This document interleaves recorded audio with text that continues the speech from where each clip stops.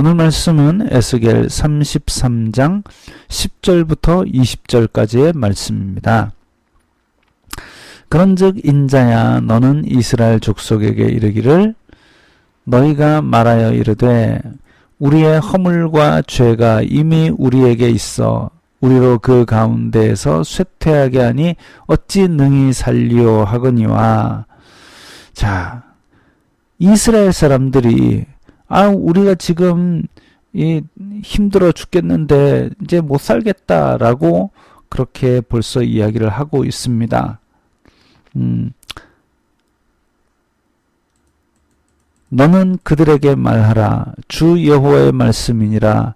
나의 삶을 두고 맹세하노니 나는 악인이 죽는 것을 기뻐하지 아니하고. 자, 이스라엘 백성들이 죽겠다 하는데 하나님께서 이스라엘 백성들, 택하신 백성들이 괴로움 당하는 것을 즐겁게 보는 분이 아니라는 겁니다. 하나님께서 택하신 백성이 괴로울 때 너희들은 너희의 삶을 돌아보고 회개하라는 것이죠. 악인이 그의 길에서 돌이켜 떠나 사는 것을 기뻐하노라. 돌이키고 떠나고 사는 것, 그것을 하나님께서 원하시기 때문에 이 어려움을 주셨다는 겁니다. 이스라엘 족속아 돌이키고 돌이키라. 너희 악한 길에서 떠나라. 어찌 죽고자 하느냐. 자, 돌이켜 떠나 사는 것. 그래서 이스라엘 족속을 향해서 직접적으로 다시 말씀하십니다. 돌이키고 돌이키라. 히브리어에는 비교급, 최상급이 없기 때문에 이렇게 반복을 하면 굉장히 강한 의미를 가집니다. 돌이키고 돌이키라. 또 너희 악한 길에서 떠나라. 돌이켜 떠나라. 어찌 죽고자 하느냐. 돌이키고 떠나서 살아라. 이렇게 하나님께서는 그것을 원하십니다. 인자야 너는 내 민족에게 이르기를 의인이 범죄하는 날에는 그 공의가 구원하지 못할 것이요 악인이 돌이켜 그 악에서 떠나는 날에는 그 악이 그를 엎드러뜨리지 못할 것인즉 의인이 범죄하는 날에는 그 의로 말미암아 살지 못하리라. 자, 잘 생각을 해야 됩니다. 우리가 선을 이만큼 쌓았다, 적선을 했다 해가지고 악을 요만큼 지어도 괜찮다가 아닙니다. 우리의 쌓은 선, 그것이 하나님을 얼마나 영화롭게 하겠습니까? 수학에서 보면 무한대에 비해서 1이든 100이든 1억이든 10억이든 100억이든 무한대 앞에는 다 0과 가깝습니다. 마찬가지로 무한한 거룩하심과 선하심과 영광의 하나님 앞에서 우리가 선을 쌓은들 이 선이 하나님의 선을 보태지 못합니다. 다만 우리나 유익을 줄 뿐이지요. 그래서 이것 믿고 악을 저지르면 안 된다는 것입니다. 왜? 인간은 시간이라는 그 흐름 속에서 살고 있습니다. 시간이라는 그 선 위에 있기 때문에 이제까지 선을 행하다가도 끝에 가서 악을 행한다면 그 사람은 악인인 상태로 죽게 되는 것입니다. 그래서 이런 경고를 지금 하고 계시는 것이지요. 가령 내가 의인에게 말하기를 너는 살리라 하였다 하자. 그가 그 공의를 스스로 믿고 죄악을 행하면 그 모든 의로운 행위가 하나도 기억되지 아니하리니 왜? 우리는 시간이라는 축을 통해서 살고 있기 때문입니다. 그가 그 지은 죄악으로 말미암아 곧 그 안에서 죽으리라. 가령 내가 악인에게 말하기를 너는 죽으리라 하였다 하자.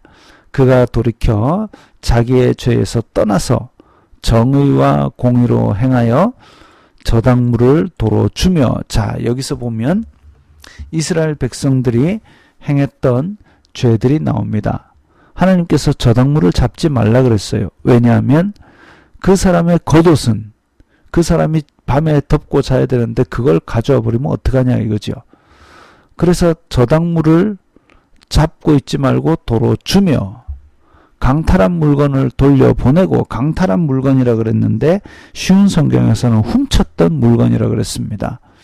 생명의 율례를 지켜 행하며 이제 율법도 지키고. 자, 그래서 악인에게 하나님께서 너는 죽는다라고 했지만 이 악인이 돌이켜서 자기가 했던 저당물을 잡았던 저당물을 돌려주고 훔쳤던 물건도 돌려주고 하나님의 법을 지키기 시작하고 정의와 공의를 행하게 된다면 그가 반드시 살고 죽지 아니할 것이다. 이 앞에 정의와 공의라는 부분이 나옵니다. 정의와 공의라는 부분, 히브리어로는 앞에 정의이라면 사회적, 윤리적 의미, 공의이라면은 하나님 앞에서 종교적 의미, 뭐 이렇게 의로움을 뜻하는 단어라고들 하는데 그 뜻이 구별된다기보다는 이것도 같은 의미의 단어를 평행법으로 사용해서 의인이 진짜 공의롭게 살기 위해서 몸부림쳤다. 그것을 보여준다고 보면 될 것입니다. 그래서 이 범한 죄의 내용이 나오는데 요즘 말로 하자면 갑질을 한 거죠. 압제를 했지요. 그 압제와 갑질을 한 것이 자기의 교만과 탐욕에서 비롯되었습니다. 하나님 앞에서 이 교만과 탐욕은 끔찍한 죄악임을 우리가 깨달아야 될 것입니다. 그것이 마음속에 들어오지도 못하게 우리는 말씀으로 자꾸 비추어 보아야 됩니다.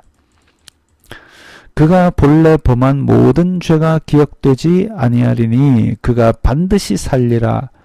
죄인도 시간의 축 속에 살고 있기 때문에 이전에 죄를 지었지만 그래서 하나님께서 너 죽는다라고 했지만 그가 다시 돌이킨다면 돌이켜 떠나 삶을 택한다면 그가 범한 죄를 기억지 아니하시고 살려주신다 그랬습니다. 왜? 정의와 공의를 행하였음이니라. 하나님의 뜻을 순종했다는 것이죠. 그래도 내 민족은 말하기를 주님의 길이 바르지 아니하다 하는도다. 이스라엘 백성들은 하나님 앞에 불평하고 있습니다. 그러나 실상은 그들의 길이 바르지 아니하니라. 그러나 하나님 앞에 불평만 하고 있지 자기 할 일은 제대로 똑바로 안 하면서 하나님만 원망하고 있었던 것이죠. 만일 의인이 돌이켜 그 공의에서 떠나 죄악을 범하면 그가 그 가운데서 죽을 것이고, 자, 앞에 나왔던 것을 요약하고 있습니다. 만일 악인이 돌이켜 그 악에서 떠나 정의와 공의대로 행하면 그가 그로 말미암아 살리라. 그러나 너희가 이르기를 주님의 길이 바르지 아니하다 하는도다. 이스라엘 족속아, 나는 너희가 각기 행한 대로 심판하리라 하시니라. 하나님께서 그렇게 바른 길을 주셨는데도 불구하고 하나님의 길이 똑바르지 않아요라고 자기의 마음으로 법을 따르지 아니하고 하나님 앞에 불평과 원망만 하는, 그야말로 이게 인격이라 그러면 지정의가 있습니다. 이 머리, 인지적인 것, 지적인 것, 그 다음에 감정, 그리고 행동과 의지로 보여주는 것. 그런데 하나님의 율법을 머릿속으로만 듣고 알고는 있지만 그것을 내 전심으로 하나님의 법을 기뻐하지도 아니하고 내 의지로 하나님의 법을 행하지도 아니하고 그러면서 나는 아브라함의 자손임네 하고 있는 이 교만한 백성들, 분명히 하나님께서 그런 백성들은 행한 대로 심판하리라고 선언하고 계십니다. 한국 교회도 머리로만 자꾸 머리만 커지고 온갖 설교들의 홍수 속에 살고 있지만 그 가운데서 하나님의 말씀을 내 온 인격으로 만나지 아니한다면 결국은 우리의 행한 대로 심판을 받는 불행한 사람들이 될 것입니다.